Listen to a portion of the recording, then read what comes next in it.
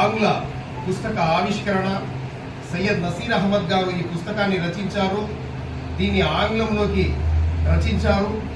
మరి భారతదేశంలోని దాదాపు భాషల్లో ఈ పుస్తకాలను ట్రాన్స్లేట్ చేశారు.